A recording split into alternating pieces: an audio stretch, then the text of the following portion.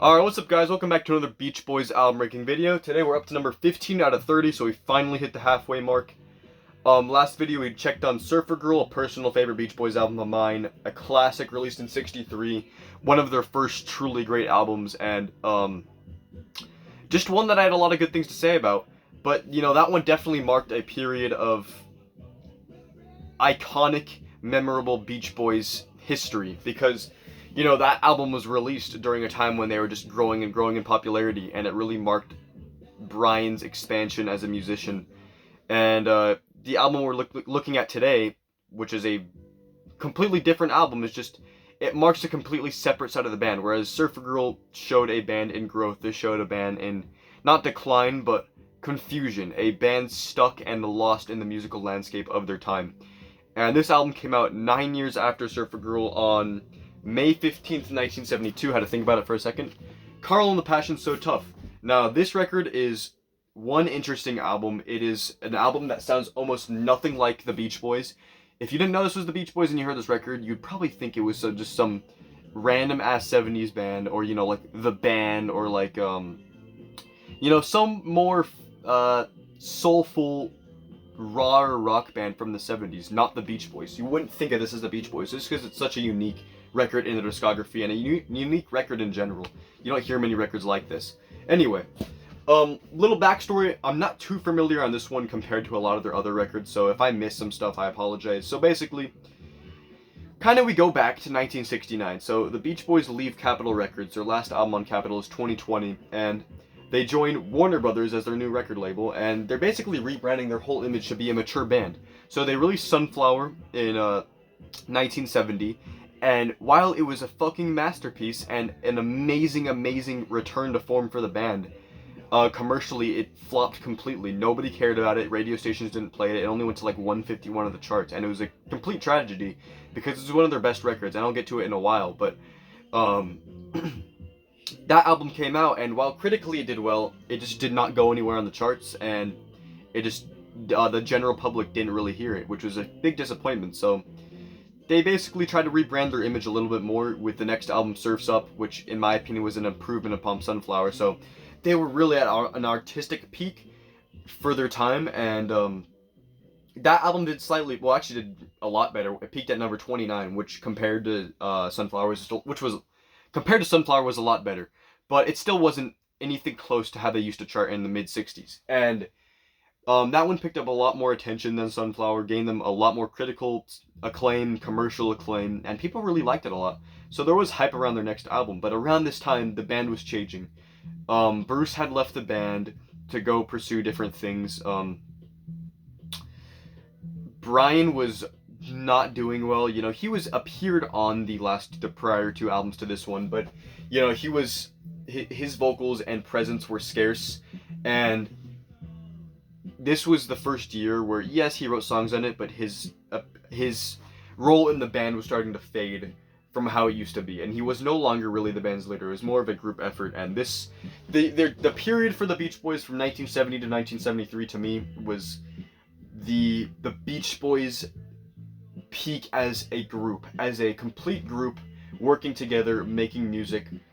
The early 70s was where it was at, and, you know, while this record, in my opinion, you know, you can already tell by the ranking, isn't one of their absolute greatest records, I still think it is an absolute classic, an underlooked record, and mainly just overshadowed because of its stupid title and its stupid album cover, which we'll get to.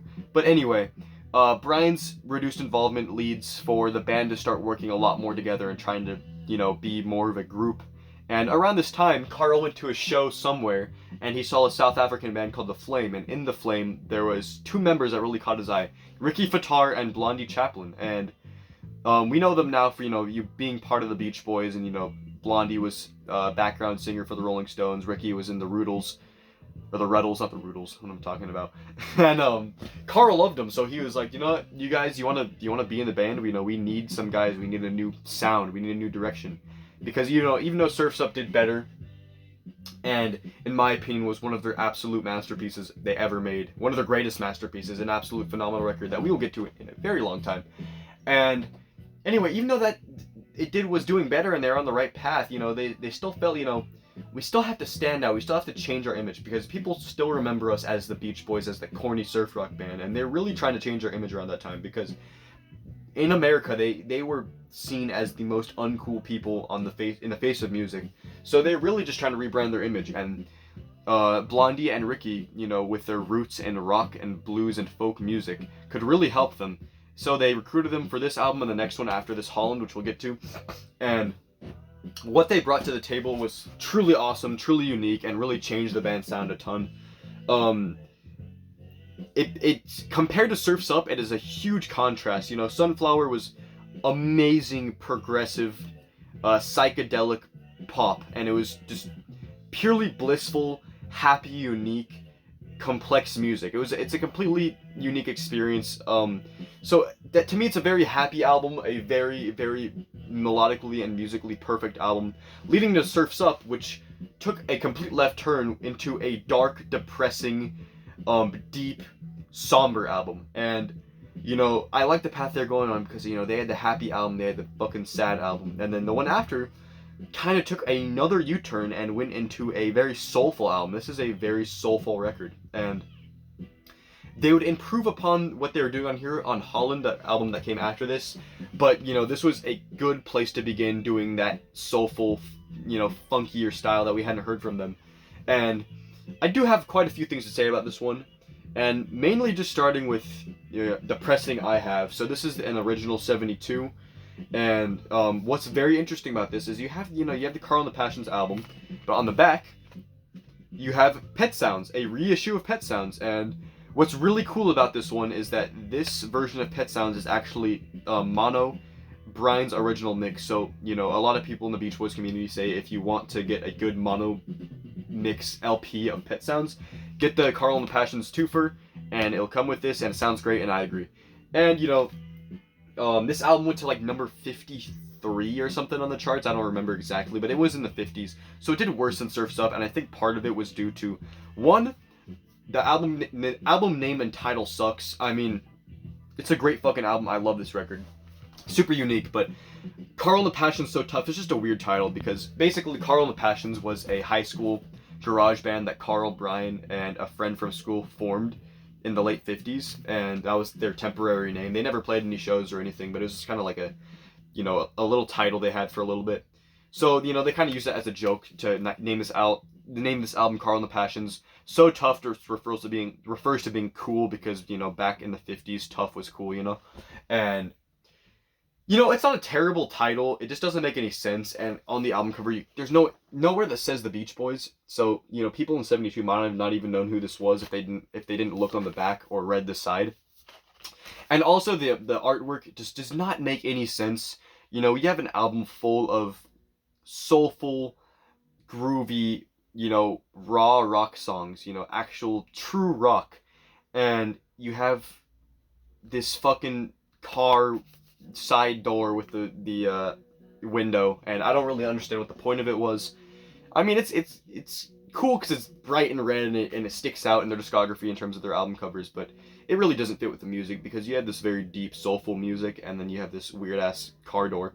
But, you know, it's alright. And another part, you know, that was the first part of why I think this album did worse than Surf's Up, and another reason is bundling it with Pet Sounds. And, you know, even in 72, Pet Sounds is already a revered classic masterpiece that critics and fans and the public already loved.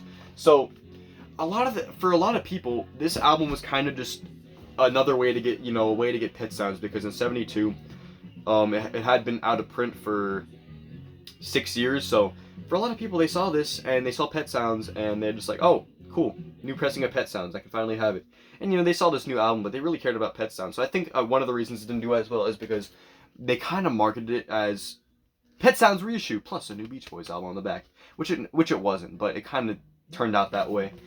But, you know, it still did better than some of their later 70s. It did a lot better than some of their later 70s, early 80s records. So, that being said, you know, it didn't do great, but it didn't do terrible.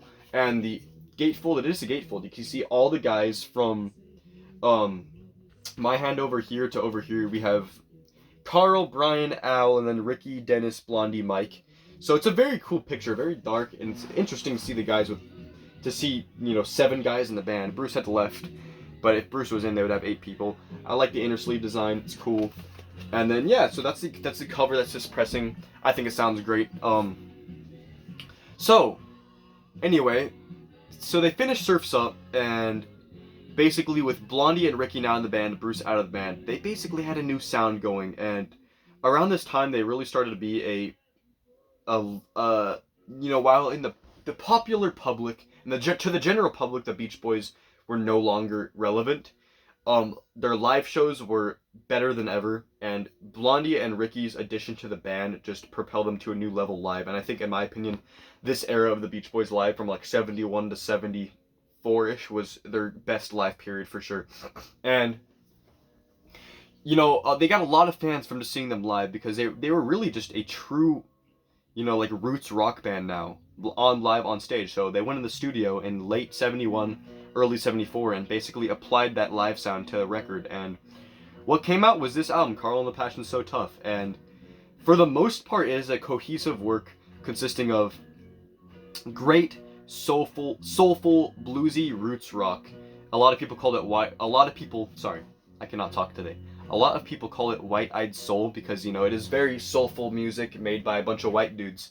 But it comes off really well. But then, that's the bulk of the album, but you also have some different sounds. You have some songs from Dennis, a ballad, a complete soul song, like gospel song.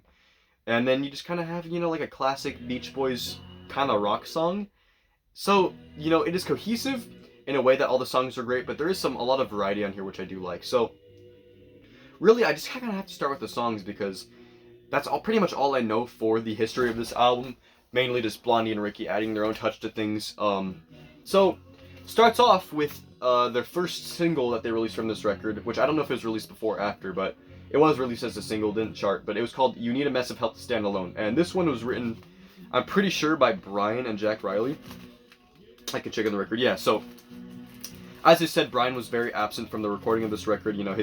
This is when he really went into his recluse period, after Surf's Up, when it got really bad. So he was in his bed probably for most of the recording of this record. And while he did write a few songs, the one we're talking about being the first one, he was mainly absent, so you don't really hear his voice on this record, but he did write a few songs. And You Need a Mess of Help to Stand Alone is the first one. And I think it's a great song. I love the guitar intro, and it's just completely a different sound than what you'd expect from the Beach Boys. Super, amazing groove. The beat is great. Carl's vocal is amazing. Just the energy is so high, and then you have like the banjo coming in the middle, and it just sounds so true and so just rock, so true rock, which the Beach Boys were always known for being a very perfect pop band. They wrote, melodically perfect, production-wise perfect, not over the top, but highly produced pop music, pop rock.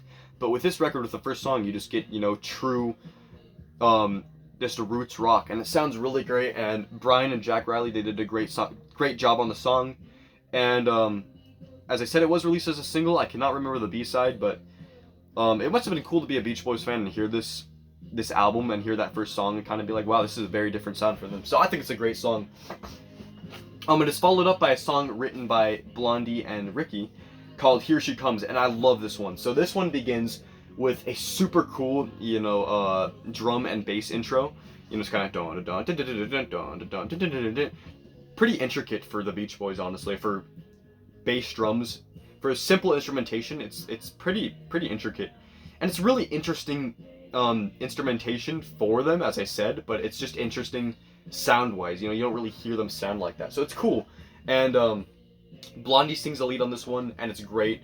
I love the chorus. I love the sound of it. The production on this album, I love. The drums sound fucking crisp and clean. The bass is prominent. All the instruments are super crisp and high in the mix, and the vocals are great. And they're a much different feeling from Surf's Up and even from Holland. So it's a unique album. It's very raw. And, not raw in a production sense, but raw in the way they're playing it, It sounds clean, super clean, but just, the playing is just completely different than what you'd expect from the Beach Boys. It's not an orchestra, it's a band, which is cool. It's really cool to hear. And I really love that song. It's followed up by, He Come Down, sorry. They're very similar song titles. Here She Comes, He Come Down. Similar. But it's written by Al. I'm pretty sure Carl was part of it. I could have been Brian. I actually don't remember. Yeah, so Brian. So it was Al, Brian, and Mike Love. So I like this one a lot. It's got a cool intro, you know, like a cool piano intro. Mike comes in with a soft voice, and then the chorus comes in and kind of picks the energy up. And I really love it. I think it's a great track. A lot of people don't like it that much, which I don't understand why, but I think it's really cool. I think I love the sound on it. And then you can hear Blondie really high in the mix on the chorus, which I like. It's just like a very shouty, high energy chorus, and I haven't really seen videos of them playing it live, but if I did, I bet it'd be a lot of energy. So if you guys have any videos, let me know. But I think it's a really cool song. And then side one ends off with the next song, and this is like the Beach Boys rock song I was saying, just like a classic rock song, Marcella. So this one's cool. So this was released as a single as well. I don't think it charted. If it did, it didn't chart very well at all. But this one's awesome. I love the instruments on it. I love the sound of it. It's just so clean, and the harmonies, the variety of different voices on the track. It's playing in the background. You probably won't be able to hear it very well.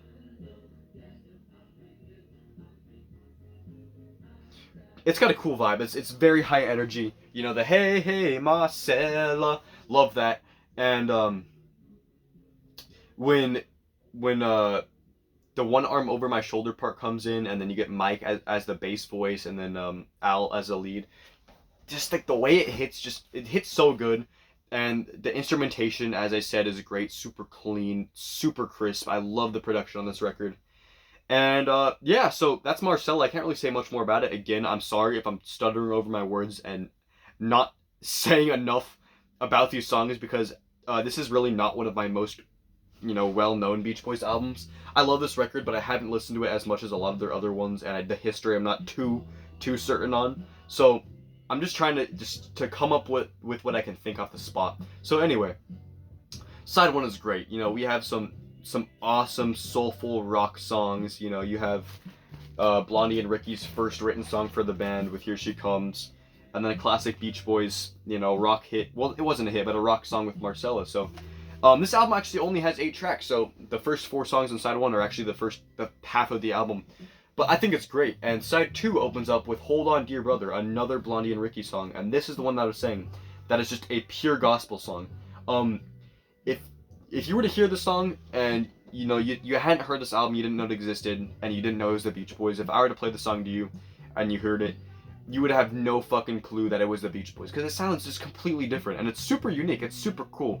You know, I'm saying it sounds different, weird for the band, not like the Beach Boys. But that being said, it's a great fucking song. And personally, I think it's my least favorite on the album, just because the style isn't like my favorite thing. You know, personally, that whole gospel sound isn't my favorite. But it's a catchy song. I love the vocals. Blondie's voice is great. When I saw Brian live in August with Al, and I saw Brian and Al live in August, but Blondie was also there, and his stage presence was awesome. You know, he looked like a crack addict, but that being said, good stage presence. He was a funny guy. He was great. Good voice. Great guitar player. And to hear him in the 70s is really cool. Great voice and great sound of the song. Okay, so I kind of sped through all those tracks because, to me, you know, they're cohesive, they have a good sound, and, you know, the true rock sound they were looking for, they had achieved. But the biggest interesting part of this album for me is the last 3 tracks, and the reason why it's above Surfer Girl is because the last 3 songs are masterpieces. And yes, I think there's more great, amazing songs than Surfer Girl. You know, you have, you know, the title track, Catch a Wave, The Surfer Moon, Your Summer Dream, In My Room, Hawaii. You know, you have all these classic tracks, and you're like, dude, why wouldn't you put it above this record? And I could see why, because it's a lot of classic Beach Boys on there, and I would prefer listening to that album over this one, but to me, this record is better. Slightly better, because I feel like it's a more realized work, because, you know, this was past the period when albums had been legitimized. When Surfer Girl came out, albums weren't the main thing for music, it was singles. So by 72, albums were the rage, and this record really showed that they could do a great album and put a cohesive, non-filler sounding body of work out. And that already puts it ahead of Surfer Girl a little bit in my opinion, but the one that pushes it up to the next spot on the ranking is the last 3 songs. So, a little more backstory. So around this time, Dennis was working on tracks for a not upcoming, but a planned solo album that he was gonna do in about 73, 74, but for whatever reason, it never came to fruition. He never finished it. So some of the songs from there he put on this record, and you know, while he would go on to do Pacific Ocean Blue in 77, it was a completely different era for the band and different songs. So the 73 Dennis album that we were that had been heard about never came to fruition. So 2 of the songs from there appeared on this record, and the first one is called Make It Good. It's a piano ballad featuring strings, Dennis, and just him playing the piano and singing. And a lot of people tend to forget about this one, and it makes me really fucking sad, because Make It Good is one of the most emotionally charged Beach Boys songs I've ever heard. It's so pretty and beautiful, so soft, but when it gets to the build-up, it's so grand and immense, and it just feels so honest, and like Dennis was just doing such a great job. I love his melody. His voice is so soft and like pure, and he just sounds like he's trying so hard, and it comes across so well. And you know, a lot of people have it as their least favorite on the record for that reason, because it sounds nothing like the rest of the record. You know, you have these rock songs, but then you just have this purely beautiful ballad, this really soft ballad. So a lot of people are like, doesn't fit in. And while that's kind of true, it doesn't really fit in with the rest of the album. To me, the sound is just too beautiful, and it's easily my second favorite on the record, but easily one of my favorite Dennis songs he ever wrote. And it's playing in the background right now. It's gonna be too quiet for you guys to hear, but I'm just kind of thinking about, you know, how much I really like this song. And this is one of those songs that you can just lay down in bed at night, put headphones on, and just cry yourself to sleep to, because it is so, so, so beautiful. And if you haven't heard it, go ahead and listen to it. Dennis's voice is beautiful. The instrumentation and orchestration of the horns, kind of the symphony, is beautiful. The melody is great, and it's just such a soft song, and I love that about it. And it's short. It's not a very long song, but it leads into the best song on the album, one of the greatest songs by the Beach Boys, and easily the best Beach Boys song with no Brian Wilson involvement. And that song is called All This Is That. It was written by Al, Carl, and Mike. And for those of you who do not know All This Is That, go listen to it first. But for those of you who do, you know what I'm talking about. So, as I said earlier, with Brian not really having a high level involvement with this record, and the band for that matter, meant the guys had to come together and work together to write songs, because they couldn't just rely on Brian anymore. And what came out was an absolute fucking masterpiece. An absolute masterpiece. Is it one of the best Beach Boys songs of all time? I don't know, maybe, but it is easily one of the most beautiful things they ever wrote. And you know, it kind of boggles my mind that Brian wasn't a part of it whatsoever, because the sense of depth and melody and just songwriting ability that's showcased on the track is up there with anything that Brian wrote, any of his best work. You know, like Wouldn't It Be Nice, God Only Knows, well, maybe not Good Vibrations, God Only Knows, maybe not some of those, but you know what I'm saying, like We'll Run Away, The Warmth of the Sun, Kiss Me Baby, Please Let Me Wonder, you know, all of those, you know, more heart-wrenching, softer ballads and just deeper songs that Brian wrote in the early days. All This Is That is up to the same level as those, and it features harmonies by Al, Mike, Carl, and maybe Ricky and Blondie are on it. Maybe Dennis is on it. I'm not really sure, but it's a very, very, very beautiful song. It's gonna start playing in the background. I'll let you listen for a second to the instruments. Might take a second, because it was playing the last song. But anyway, here it is.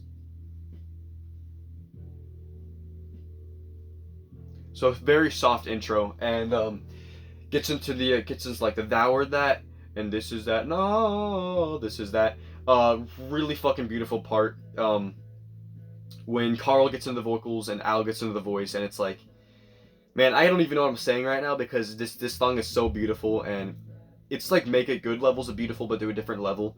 It's just so deep, poetic.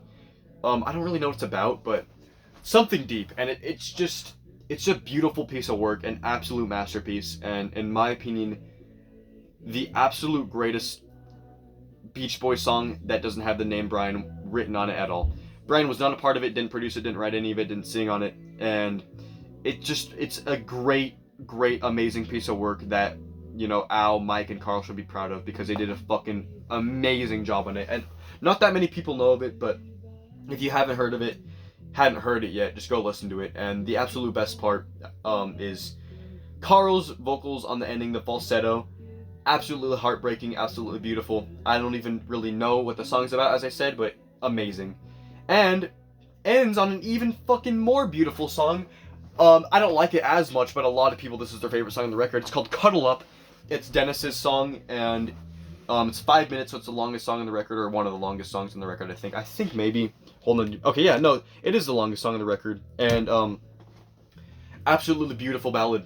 Just a ballad about love that Dennis wrote, and it's beautiful. I really can't say much more, because these last 3 songs of this record are so similar in the way that they're just beautiful fucking ballads.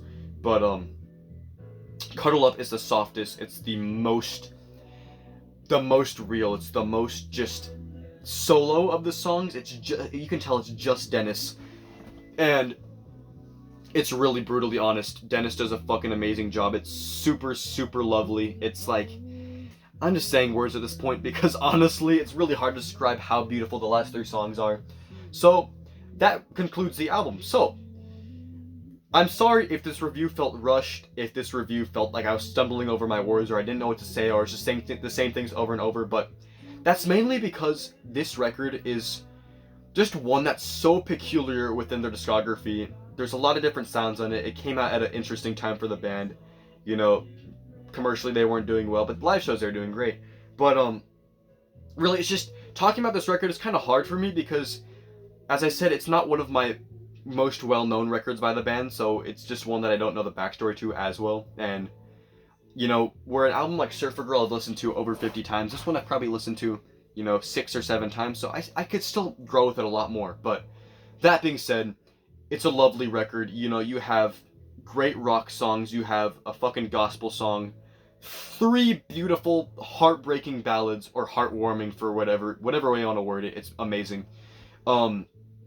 And it's a great sound of the record. You know, Blondie and Ricky's addition to the band is great, and it would improve even more with Holland, which we'll get to in a little bit. And the vocals are great, the production is great, all the instruments played are just sound so crisp and clear.